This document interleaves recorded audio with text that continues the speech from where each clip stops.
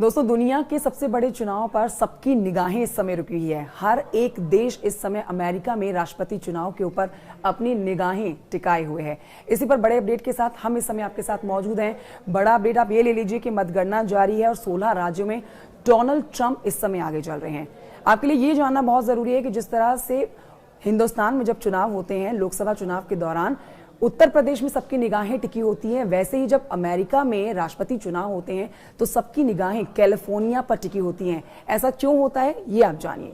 देखिए, देश में जब लोकसभा चुनाव होते हैं तो सबसे ज्यादा सीटें जिस राज्य से आती है वो देश के सबसे बड़े सूबे उत्तर प्रदेश से आती हैं। 80 लोकसभा सीटें आती हैं। ठीक इसी तरह से जब अमेरिका में चुनाव होते हैं तो सबसे ज्यादा इलेक्टोरल कॉलेजेस जो हैं वो सबसे ज्यादा कैलिफोर्निया से आते हैं, जिनके ऊपर सबकी निगाहें टिकी होती है। 53 इलेक्टोरल कॉलेज कैलिफोर्निया से आते हैं। इसलिए आप कह सकते हैं कि जब भी राष्ट्रपति का चुनाव अमेरिका में होता है तो सबकी निगाहें कैलिफोर्निया पे टिकी होती हैं। इस समय कांटे का मुकाबला तो आप नहीं कह सकते क्योंकि डोनाल्ड ट्रंप ने काफी बढ़त बना रखी है, लेकिन आप ये कहिए कि कमला हैरिस ने डोनाल्ड ट्रंप को यहाँ पर टक्कर अच्छी खासी दे रखी है।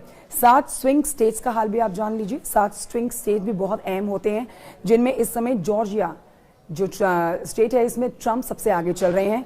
इसके अलावा पेंसिल्वेनिया में कमला हैरिस आगे चल रही हैं। नॉर्थ कैरोलिना में ट्रंप आगे चल रहे हैं। मिशिगन में भी ट्रंप आगे चल रहे हैं। विस्कॉन्सिन में डोनाल्ड ट्रंप आगे चल रहे हैं। नेवादा रुझानों में अभी फिलहाल यहां पर प्रतीक्षा की जा रही है, यहां से अभी पूरी तरह से नतीजे सामने नहीं आए हैं। एरिजोना में रुझानों की प्रतीक्षा की जा रही है और आप कह सकते हैं कि 7 स्विंग में भी इस समय कमला हैरिस पीछे हैं और डोनाल्ड ट्रंप आगे चल रहे हैं। एक बड़ा अपडेट आपने ये भी है कि जब भी अमेरिका के अंदर राष्ट्रपति चुनाव होते हैं तो रूस की तरफ से, रशिया की तरफ से हमेशा धमकी दी जाती है और ठीक ऐसा इस बार भी होता हुआ देखा जा रहा है। लेकिन अमेरिका की तरफ से साफ कर दिया गया है जितने भी फोन कॉल्स और मेल्स आए हैं वो सब इन इलेक्शंस को प्रभावित करने के लिए ही किए गए हैं, तो इस तरह की धमकियों पर ध्यान देने की जरूरत नहीं है। बहरहाल आज ये तस्वीर साफ हो जाएगी कि आखिर कौन बाजी मारता है अमेरिका में राष्ट्रपति पद की, डोनाल्ड ट्रंप या फिर कमला हैरिस।